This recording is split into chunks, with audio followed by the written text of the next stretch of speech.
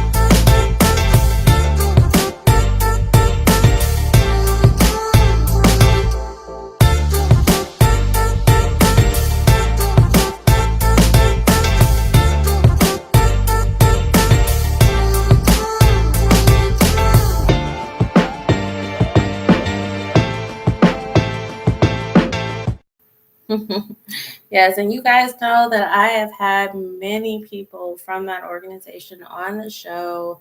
They are great people to get in contact with, to be in fellowship with. I mean, they're just very supportive people that help you get going with your goals, with your business. You need supporters. I'm telling you, that's the organization for you. Now, without further ado, I am going to introduce to you guys today the wonderful, innovative educator, Danielle Perry. Thank you, Asia. I appreciate it. I was just thinking, uh, many years ago on a Friday night, I don't know if I would be doing this, but today you got me talking about my passion and purpose of education Yes, on Friday night. So, first of all, I want to thank you for having me. absolutely. Thank you for joining us today. I was trying to figure out, so I don't, you probably didn't even watch the show before, but but you probably didn't even know about it. But but I took a little break and I was thinking about like, well, what do I want to, bring to my viewers, and coming back. And education is huge, huge. And I don't want to say it's huge right now as if it wasn't huge before, but it's like right now there are so many, protests and walkouts and all kinds of stuff that we will get into. But before we do that, I would like you to introduce yourself. Sure. So, my name is Daniel Perry. I've been an educator for more than 20 years. Most of my experience has been working primarily with the Chicago Public Schools. So, I've been a teacher, I've been an assistant principal, I've been a principal, I've been a deputy chief of schools, which is equivalent to a principal supervisor, and then I've been a chief of schools. So, as chief of schools, I help lead 32 elementary schools. So, within that, so if you had a challenge or anything with your school and you said, "Oh, I'm going to call the district," so I would be the person who would kind of receive those parent inquiries or different challenges in terms of that, but then Oh, also providing professional development and learning for our teachers, for our principals, and then just making sure that things weren't run smoothly in terms of operations. So I did that. Like I said, I was a deputy chief of schools and then a chief of schools where I led 32 schools on the South Side, pre-K to eighth grade. So we did leadership development, professional learning, and curriculum implementation. Also, just recently, about a year and a half, I worked with the Educational Professional Development Organization. And there was a big initiative in New York City's called NYC Reads, where they were really focusing on improving literacy proficiency for our elementary school students. So I was actually instrumental in starting the literacy curriculum implementation in the Harlem district in New York City. Okay, wait. Pause. Yeah, Because I was reading about that and I'm like, wait, I know where you're from. yeah. So, you being from Chicago, how did you get involved with that? Yeah, so with my position, I was a managing director. So I actually supported districts in a few cities, but one of our projects was really the implementation of literacy within NYC. So we were chosen for the district in Harlem, and we were working on curriculum implementation so that they could really enact the curriculum within their school. So that was with K-5 schools.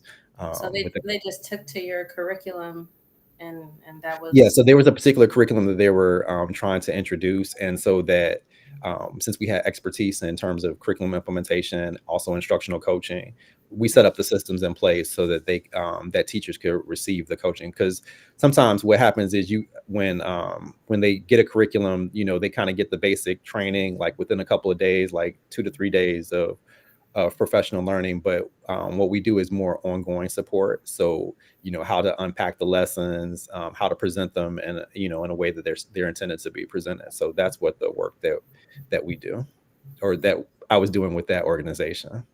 okay. Hi, Norman. I see. Appreciate the support. um, so uh, that's amazing. Um, what? So help us understand. So let's go on this journey. So you got into education. You ended up being principal. Is it when you got into the education where you just like, okay, this is where I belong? Like, what got you so Well, passionate? So so actually no. Oh, So actually when I actually went to school, I went to the University of Alabama. I actually got my degree in business. So yeah. I actually got it in operations management. But I decided after doing that it didn't fulfill my passion and my purpose. And I Oh. really want to give back to the education that was given to me. I felt I had a Mhm. good education in terms of, and actually I received education in the Catholic school system. So from kindergarten through fifth grade, and then Mhm. did public school after that. But I wanted to really give back to the education that was given to me. I felt that education has provided me so many opportunities, and I wanted to give back. So that's when I shifted from business to education. So I got my education certification through an alternative certification program, and then became an educator that way. Interesting. So, out of curiosity, did it have anything to do with the fact that your mother also was in education, or do you feel like it was a separate journey? Well, yes, I think that dealt a little bit with it because again, I saw, what she did in terms of, service and education. So I think a little influence, but I think a lot of the influence was as well on the teachers that I had that really had an influence on me in terms of just providing access and opportunities and really a love of learning. So I think that's the big key as well. So, what are all the grades that you were involved with teaching? Okay, so when I taught, oh wow, that's interesting. So, because I was a science coordinator, a technology coordinator. I also did, so I saw all the grades from like pre-K to sixth grade. When I actually first started, I did sixth grade self-contained. So sixth grade is my sweet spot in terms of education. But then also when I was a principal and assistant principal, for a couple of years, I actually taught the algebra class because I was the only person who was certified to teach that, and I want to provide opportunities for our students. So you got some of my eighth graders actually had me as their eighth grade algebra teacher as well. So I've always wanted to have my foot in the classroom and really show other teachers, the teachers as well, as like, okay, well I'm teaching as well, so I understand your plight is teaching as a principal or assistant principal. So, Mhm. I also want to do that as well. You know, I want to touch on that because you were talking about certification. We're gonna talk more about that, but before we do that, I want to get more into your background. So what do you feel was like the thing that made you say, I'm staying in education? Like, that's my passion. Like I think just really the impact that you have day to day on students. Really, when you're in a classroom, you can see in terms of how you influence and impact students' lives. So I think that was the biggest thing. And from going to a sixth grade teacher to seeing all the students, like when I was in doing technology or science, it was that love of actually whether we're doing experiments or having students have access to literacy programs or different things, and it's just to excite that love of learning. I think that's the big key. So people say you don't get into education for the paycheck. It's really people do it for the love. I think the heart work, HEART, the heart work, because it's about the feeling emotions of impacting students' lives. So I think people do it for the love of the students that they have in front of them. So I think that's what keeps you and sustains you in that work. Hmm. It's interesting that you say that. So, just in case you guys wonder, like, where do I get these topics and stuff from? I do watch a lot of YouTube shorts. I ain't guilty. Um, and that being said, I saw a YouTube short that was talking about educators and how regardless of the fact that they get little reward from as far as like monetarily or anything else like that, they're just passionate about making sure that people are educated. Do you feel like you got have at any point in dealing with this journey of yours, did the lack of monetary value in your career like give you pause, or Um, did it not matter as well, much? well, I'll say this. When I first started, I actually did. It was through the Inner City Teaching Corps. So that was a program that I started with. So I actually did Okay. it for very little money. It was with the program. Basically, I was learning how to teach, and so actually, I started like with it was kind of a voluntary slash, but you're getting the education at the same time. So it Okay. was very little money in terms of that. And my heart goes out to those who are in some of the private school or the Catholic school systems, because they make even less money than those in the public school sector. Uh, Really? yes. So for those who are in the with the archdiocese, sometimes they make a little bit less money than teachers in the public schools. So I think making that transition. So I did a couple of years in the in the private Catholic school system, and then it's better and more equal pay. And actually, Chicago public school teachers get compensated pretty well based on their level of service and as well as their education. So I think that is that helps as well.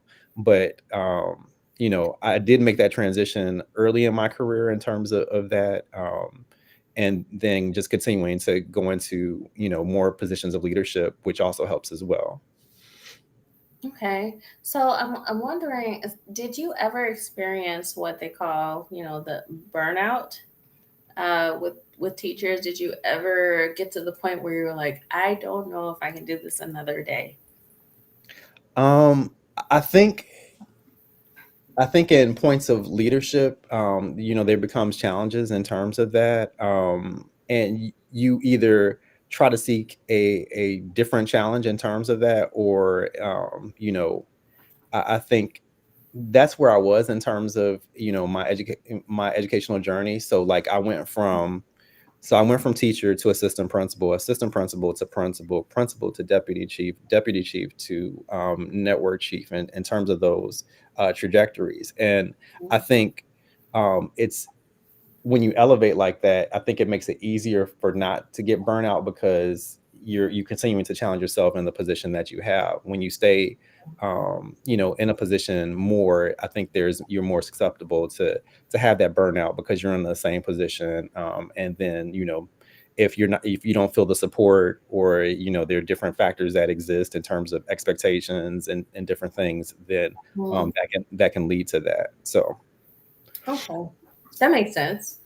I know, even though I am far away from being a teacher, I do understand that, even in my own field, I have to continue to climb, or, the complacency just makes me want to do yeah. something. Yeah, and I think also, there's a thing about if you don't grow within your position. So I think that's also a thing. So you have to get more, as the dynamic of the position changes, you have to grow as well. So if that's professional learning, if that's making sure that you have a network of colleagues that support you, as well as whatever support you're getting from your managers as well. I think that that's key in terms of making sure that you grow and develop as a professional as well. I agree. I am so excited about picking your brain. I'm just trying to and not put everything in the forefront. I really want to think, but so before we get into some of these arguments that are being made right now that are challenging in the education field, I want to know more about your business. So help me understand this consulting situation. Sure. So it really goes by, based on the statistics that principals or school leaders, like 10 to 15% leave their position each year. And many principals are leaving the profession because, like I've alluded to before, it's the lack of support. It's the time and resources to do their job effectively, and what you referenced before, the burnout. Mm, And if you're a depleted or empty cup, it makes it difficult for you to support your staff who is trying to provide a learning environment where our students can thrive. In the state of Illinois, there are about 2.5% of its principals resigned about 5 years ago, and that number has rose significantly, almost doubling to 5% in 2022. So with the current statistics, Illinois schools on average they have about two principals every 6 years. So we know that principals are significant because they set a vision in terms of making sure their staff and students, achieve, both academically and socially. mhm, So, I want to provide opportunities for school leaders to really, like I said before, I want them to feel supported, successful, and sustained. So I launched my business, Impactful Pathways, in order to do that. So um, I really delve into like three buckets of work. Um, the first is strategic planning. So I don't know if you know, but most schools have a strategic plan, or also they refer to them as school improvement plans, which basically articulates their goals on how they're supporting student learning and how they plan to enact these objectives through a process called the continuous improvement process. So basically, what they're saying is, each school is, if we implement a strategy, did it work or did it not work? What did we learn? And then what are we going to do based on this new knowledge? So basically, in my strategic planning part of work, I provide, project-based work to review and develop the implementation of these strategic plans.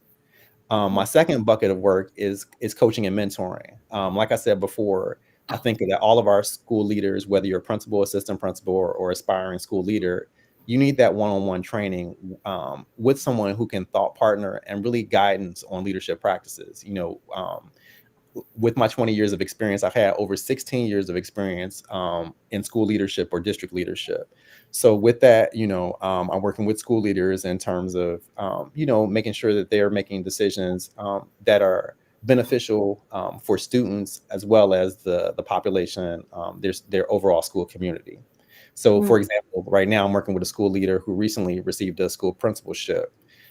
With this leader, I'm working on his entry planning and his responsibilities of his administrative team so that they can best support the grade levels that they serve, which is a junior high.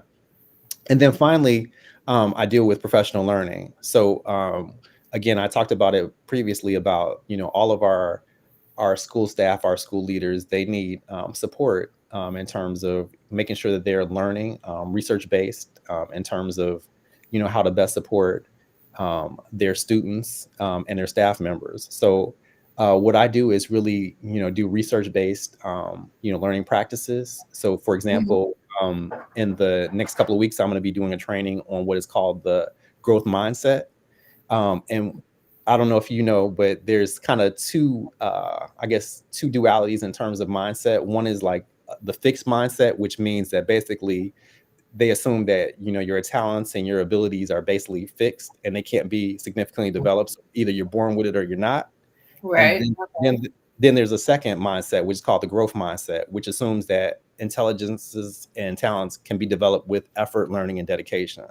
So really, I'm working with the school staff and the leadership to develop a growth mindset so they can provide opportunities to provide grade level instruction. So for example, people think that either you're a math person or you're not a math person. Either I'm good at math or I'm not good at math. And then that's based on our experiences. Like if you had a bad experience with math instruction, like you were not good at your timetables, and that impacted your ability to really see how you viewed math.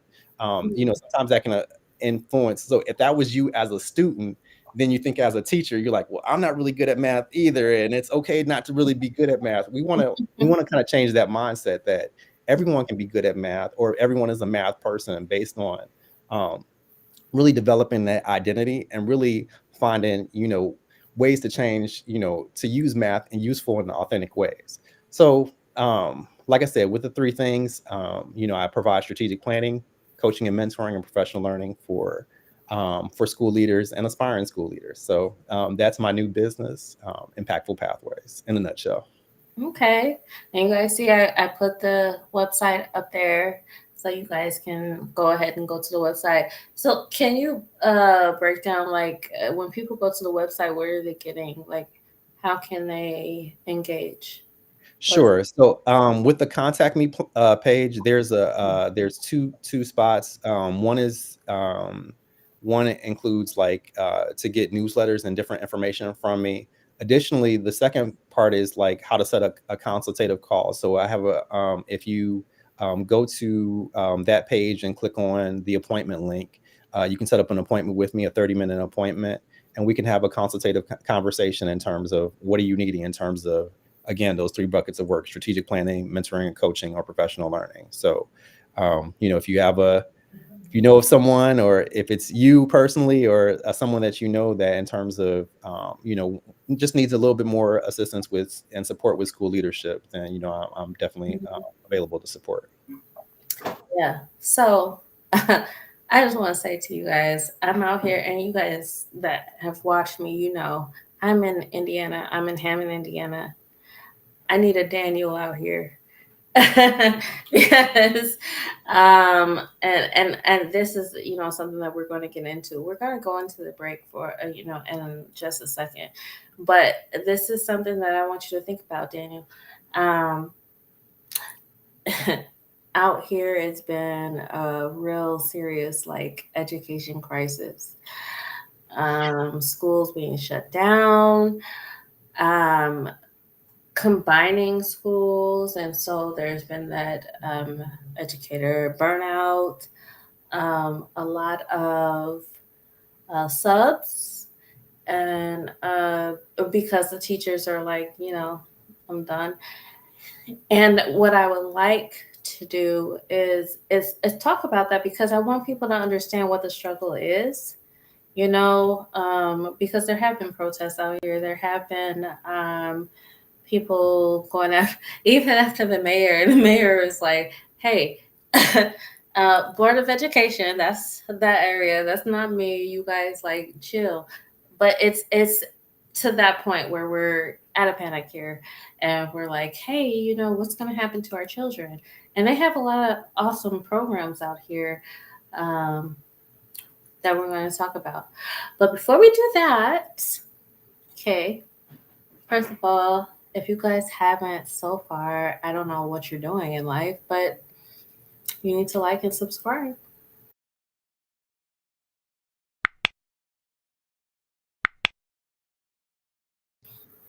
Thank you.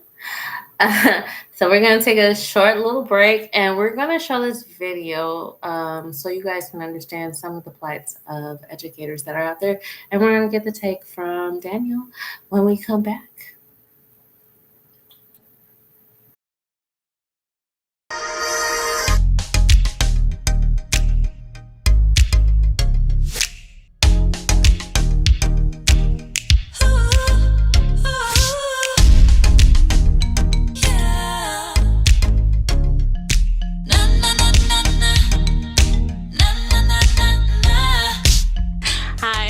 Jamal Rogers, and I'm a singer, songwriter, choreographer, voice actor, and I am the creator and talk show host of P.U.R.E. Live. P.U.R.E. is an acronym for Perfectly Undefined Raw Elegance. So naturally, we want our content to be pure, raw, and elegant. It airs live every Friday at 9 p.m. Central Standard Time on YouTube and Facebook. And if you'd like to see all of the episodes, you can reach it at asiajamal.com, ASIAJAMAL.com. Or if you'd like to be on the show, you can reach me at asia@asiajamal.com. Hope to see you soon.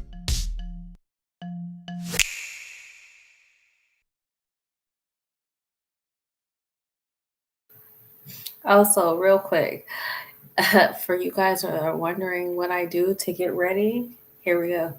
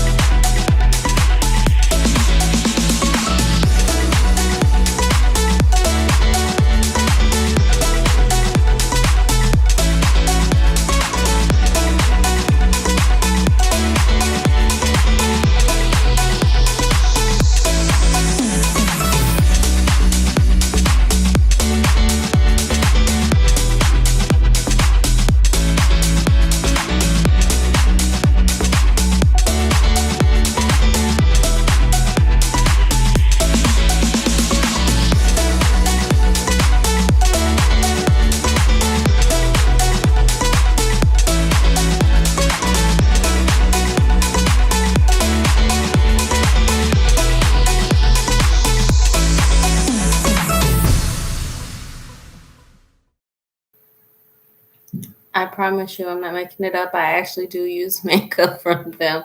I just like the more natural look. All right. So now what we're going to do is play this video, and then we're going to have Daniel respond. Here we go. She just graduated from college in the United States. And this is Sophia.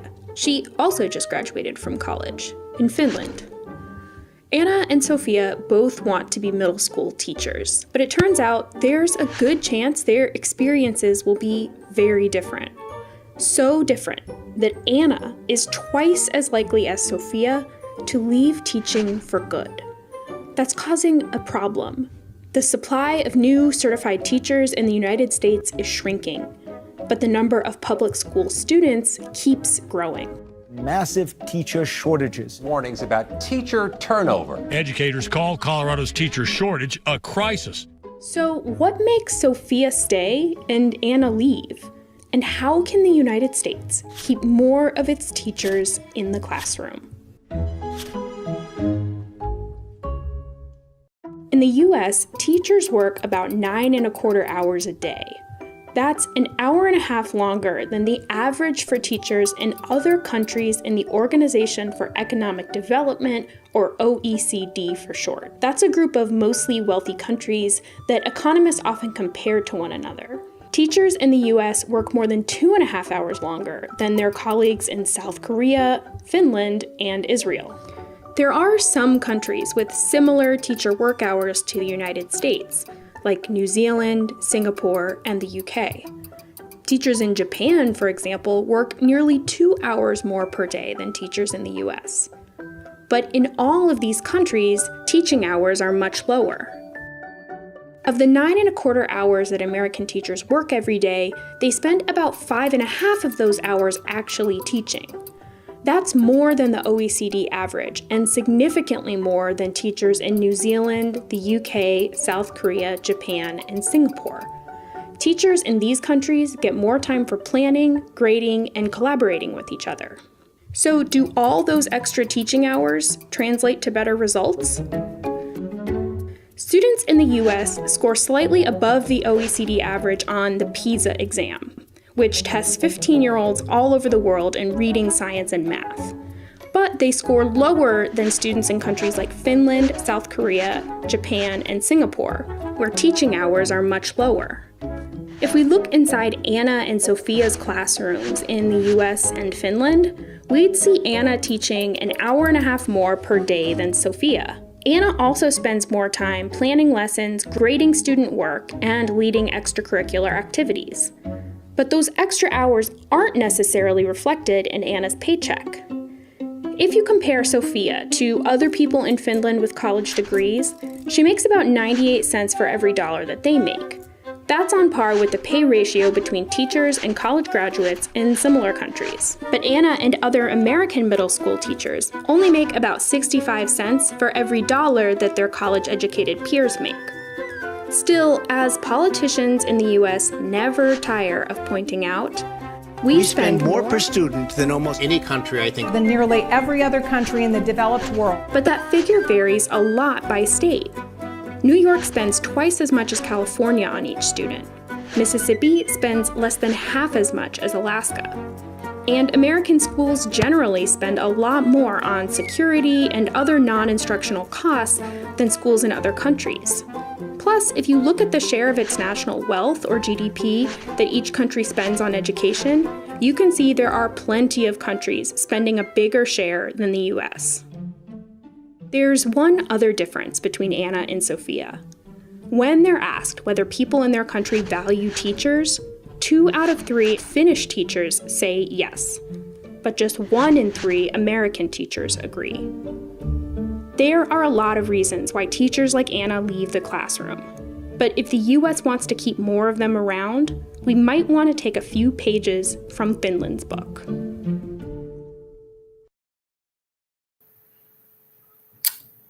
Okay, so as promised, I would have you respond.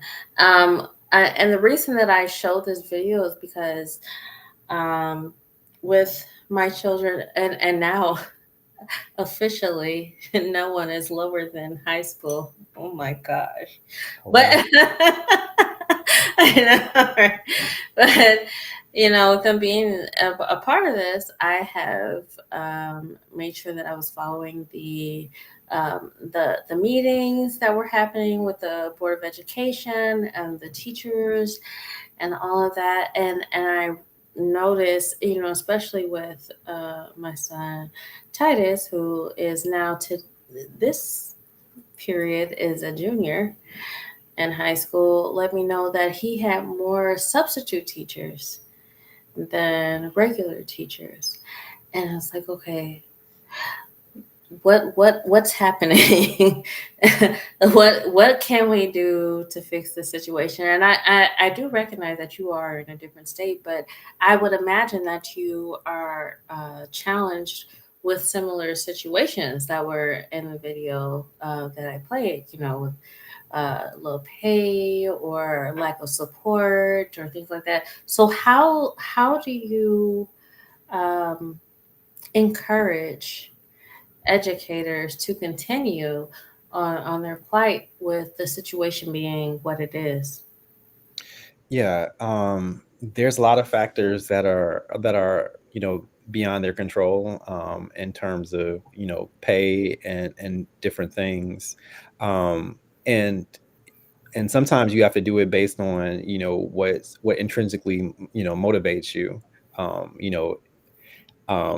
you know some of the things we can't control in terms of pay based on where they're situated, based on that. But I think that we have to look at it systemically as well, in terms of how do we provide support for our most underserved and under-resourced schools and school districts. What's the incentive for them to come there? So what happens is that people they only want to teach in the most desirable and desirable school districts and school systems that pay well, in terms of that. So I think we have to really look at our politicians in terms of the way schools are funded, and also what are the ways of incentivizing teachers to come to more underserved and under-resourced areas. So if I get the same pay for teaching at a underserved school as opposed to a school that has all the resources and the computers and the different programs, you have to think about where would you want to go if you're getting the equal pay. So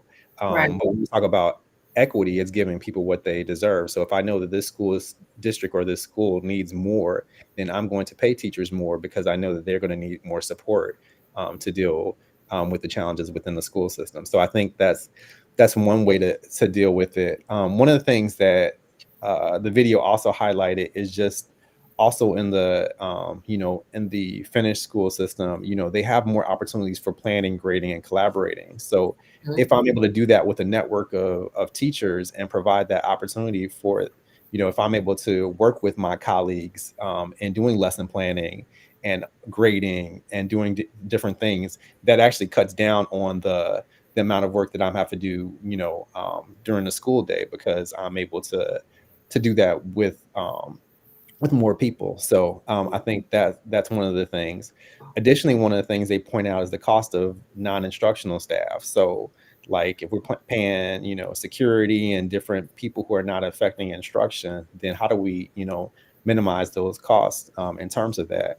And then finally, it talks about, the values of teachers. I want to go to a place where I feel respected. So if, I can come and do whatever I want to, teachers or administrators without any repercussions, then that's a societal thing as well. We have to make sure that we have respect for our educators. We have to make sure they're revered and valued as much as any other professional organization. So as well as, because again, teachers, educators, they create the doctors, they create the lawyers, they create um, the other professionals. So I think that we have to make sure that we really value and revere our teachers, and that's gonna again, that's a mindset shift. So, um, you There's know, a question yeah. in the chat. So um, it says, I'd love to know if Daniel, based off of his experience, think there is a need to shorten the school day based off the video.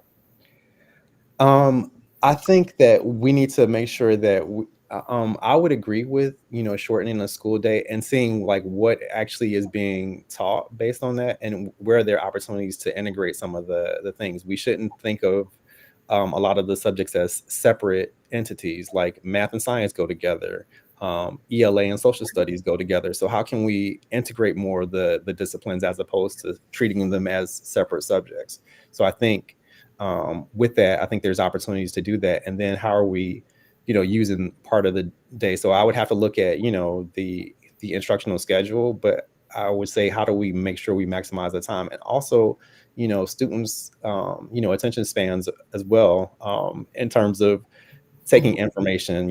Can you be in a 2-hour session about, literacy or English language arts? You got to think about, like, in terms of like college and different things, is like, how are we able to process so much information and making sure that the learning is cooperative and collaborative? Like, people they can see concerts and different things for long periods at sports events because they're interactive. So how do we make sure that they're interactive and authentic? I think, and we know that, students can do video games for a long time. Why they can do that? Because they're incentivized, they're engaging, they're doing different things. So I think if we're able to learn from the lessons and really talk to students about, okay, how can I make this lesson more engaging? How can I, and instead of thinking, oh, well, this is the way I've already always done things, but really talk to those students about, hey, how can I better provide this lesson for you? How can I get your attention? What makes Mhm. what makes this learning important for you? Then I think that kind of shifts and changes the mindset, and also, how we structure our school day. Yeah, those are very, very good points. And I want to know, from your mind and dealing with education. So I did a search. We Google everything now, right? Uh-oh. To It see. Google me. So Well, I wanted to see, since we were dealing with education, like where the United States would sit. So I asked, what were the top countries in regards to education, and United States is not even on the top 10. So I'm wondering, do you have a thought process on that? Do you have an idea of why the U.S. is not on the top 10? I think again, a lot of the factors that they brought up in terms of again, the structure that they have for teachers in terms of that the way they the way they design their work in terms of planning, grading, and collaborating, I think is key. One of the things is that we don't have a we don't have a national curriculum or national standards. Like, people kind of politicize things in terms of, Mhm. well, you can't teach this because I believe this ideology or this, and it's and a lot of our we have non-educators who are making educational decisions. So that's also, instead of we leave it up to the states. Democracy is a good thing, but also it also more ideas, and in the way it impacts the way that students receive their education. So we have, I can go to one state and I can say I can learn AP African American history, and then I can go to another state where they say, well, no, you can't you can't learn that because of various political beliefs. So I Mhm. think when we cause divisiveness, based on our political affiliations, sometimes that also can affect things in terms of that. And then, like you Yeah. said before, in terms of like um, the respect for educators, and then also, again, I think what I said systemically about how we provide and fund education.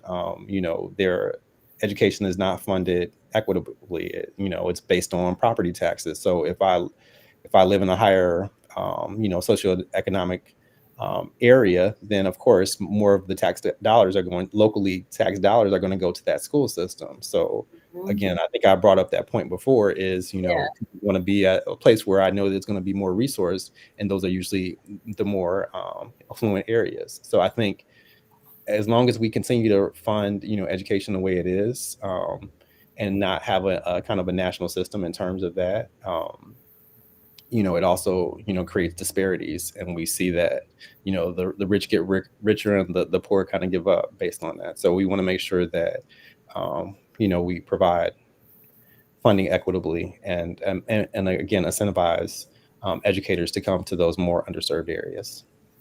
Yeah. I mean, everything that you were saying is just like, I heard these plights from the educators and the meetings. So I'm just wondering, because I have every intention to be as involved as possible, this year with my children and everything. I am not an educator. I make that very clear. And, I give praise to those that are able to do those things, because I do not feel like I was gifted in that area. But you can always, but again, growth mindset, you can, and as long as you continue to study, and you can grow in those areas. So I Yes, think, like I said, it's about that growth mindset. So you don't have it at this point, but you can if you continue to grow and research. So absolutely. You are absolutely right. And I plan on contributing as much as I can. And it is, let's be perfectly honest, for those of us that decided not to go that route, when you have children and they are in the system, it makes you think a little differently about how things are handled, and the fact that you want to make sure that you are voting for the right things and voting for the right people, and so on and so on, as you have mentioned. And what I want to know from you, because you had mentioned the voting aspect earlier on in the discussion, what should we be looking for in regards to voting, and making sure that our children have, the best chance possible? What are we looking for? Because I feel like most people are like, okay, well, I vote for the right president, but all the other things that we vote for kind of, just kind of fall by the wayside. yeah, and I know I mentioned nationally and also at the state level, but I think locally is probably your biggest impact in terms of school policy and position, because every school district has a local school, a local school board in terms of that. So you should be, I think, in terms of your advocacy and your education, is really also be involved in what's happening within those meetings, because within those meetings you will find out how like different policies are being enacted in terms of curriculum choice. So a lot of that is made at the local school level. So if certain programs are not being offered or provided, you need to be able to, as a constituent, you should be able to say, hey, and really in those public forums, hey, I'm looking for these programs and why aren't they being provided? Or, so a lot of the decisions that are being made, I know that there are long meetings that happen with, different Very board long. meetings, Yeah. but everyone has like open agendas in terms of that. So educating yourself in terms of looking at that, or within most of the meetings are public and televised, whether it's YouTube or wherever. You can be able to snip it and go to the exact point that you need to see. But like I said, I think getting involved in terms of that, seeing what different policies are being enacted within the school are really key, and also looking what the meeting notes and what actions have been taken based on that. So I would definitely get involved locally and seeing what's happening in terms of that. So a lot of your questions about like, okay, what are you doing in terms of teacher vacancies? How can we provide, if we can't have actual instructors, are we able to do virtual, or, what are the different options that are available, so that, I can make sure that my student is getting a quality education. So I think we have to continue to ask those questions, because as a constituent, you have power as well. That's good. I appreciate that, because we do want to feel like we have some kind of say so, as far as how things are done. What I want to know now, because we're getting low on time, this is for the teachers, the educators. Since you said you have been, that vice principal or the principal, you've been over the teachers. Um, have you dealt with the ones that were like, approaching that burnout? Did you see symptoms, and how did you handle that, and how did you help them? Yeah, so really you have to identify what the root cause of burnout is. Sometimes it's personal, personal situations. Sometimes it's, if it's in terms of like instruction and different things, I can continue to give you support in that area. Additionally, a lot of, if it's for, different mental health situations, most school systems have some kind of mental support, employee assistance programs, or different resources that can help in terms of that. So it's, I think first it's identifying what the root cause of the, or the source of the burnout, and then providing those resources accordingly. So I think that's key in terms of that. And then sometimes it's it's a choice of, if it's not, if it's not within you to do that, then, what are other avenues that need to happen in terms of that, Like if because that's not the career for you, kind of thing. exactly, because we know that, again, education is not for everyone, but I'm going to give you as much as support as you need, and if that support is not sufficient, or you feel that don't want to do this anymore, then, definitely also coaching in that area as well. Yeah, I want to read these signs to you, and I want to know if you have seen these coming and how you handle them. So, and on this website, it's devlinpeck.com, content teacher burnout statistics, and it says some of the warning signs of teacher burnout. It's change in appetite, weight gain or loss, anxiety or depression, fatigue, sleep disorders, irregular hair loss, lack of job satisfaction, and inability to enjoy downtime. Looking at these, it's like, well, this can go with just about any job. But so I'm wondering, like, are you, well, you're in a different position at this time, but when you were at the position of being principal, were you involved enough with these educators to notice any of these signs? The thing is one of the things we also have to say is, like, in terms of, I was the type of school leader in terms of PTO. I don't want you, I would say use your sick days or whatever. In terms of, I don't want you calling me at 5 o'clock in the morning, like, saying you're sick.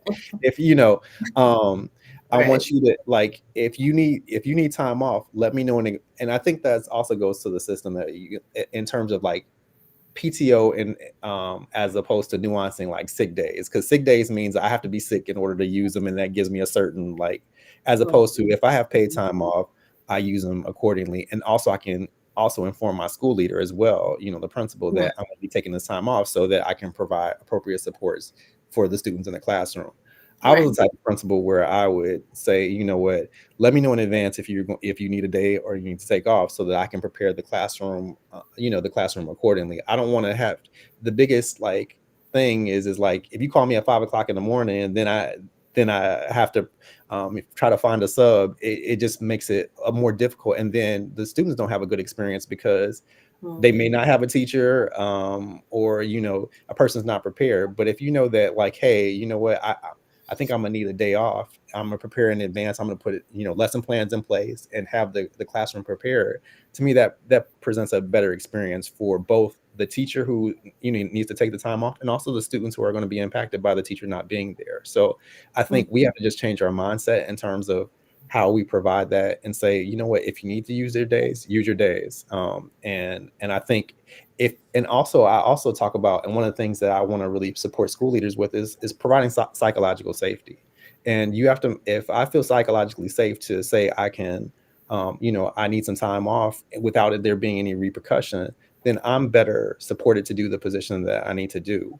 But if I don't feel safe, then I'm going to feel like, I have to operate in a spirit of scarcity, in terms of, like, I can't do this, or there's going to be something that bad's going to happen. And then that contributes to my burnout, because I can't, if I have to feel like I have to work, and I can't take any time off, and, it just creates a continued cycle of that. So, Yeah. we have to work with our school leaders, in terms of creating that psychological safety. You know what, if you need the time, take it off. I'd rather you be okay, because I know with you being okay, you provide better support for our students. That makes sense. Yes, absolutely. And I want to know, since you talked about the fact that you worked with New York, can other, people reach out to you, other educators, other schools reach out to you? What does that look like? Yeah. So again, whether you're in Chicago, New York, Dubai, doesn't matter.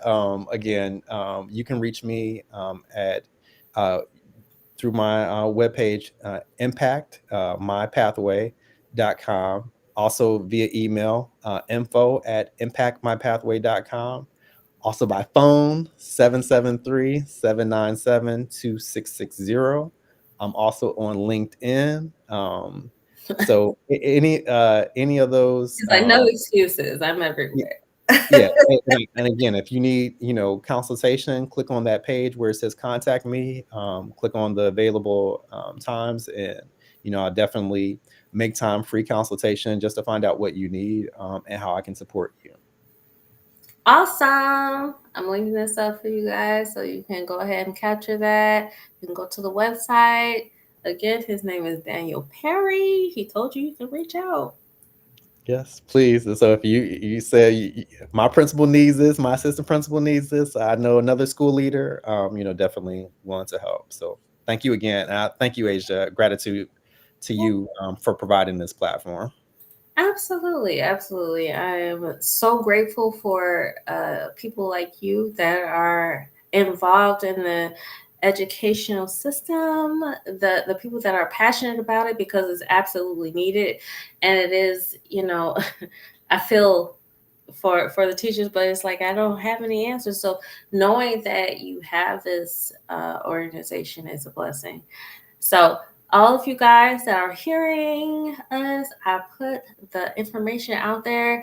If you missed it somehow, even though I put it out there several times, reach out to me. I promise you, I will send it to you again and again and again. If you guys have any questions, you can reach out to them as well, and I will forward questions. What I like to do, Daniel, with all the people that I have on the show is I give them the last couple minutes to share their words of wisdom. So, do you have any words of wisdom for the people out there listening?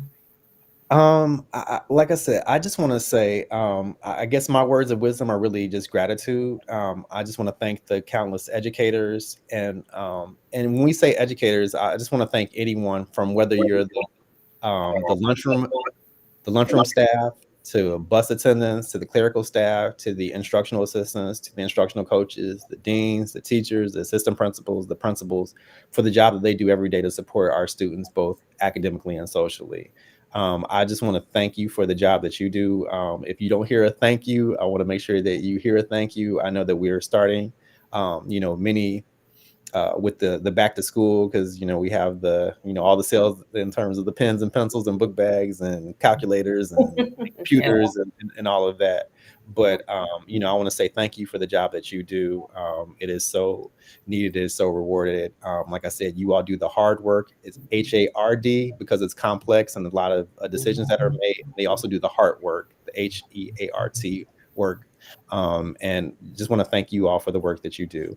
And I want you all just continue to be intentional, to be impactful. So we have to, make sure that we, set our sights in terms of our purpose and our passion. So thank you. Absolutely. And I second that. I thank you as well. I so appreciate you all, including the coaches. Just in case you feel slighted or not included, the coaches. I've noticed that a lot of the coaches are also educators, and my middle child is a football player. So thank you so much for making sure that he stays in line with the education and the sports. Yes. Sports after the education. Yes. Student athlete. Yes. Yes. Thank you all so much. Until next time, we will be right here. We are back Friday nights, 9 p.m. Central Standard Time. Thanks again, you guys. See you soon. Have a good evening. See ya. All right.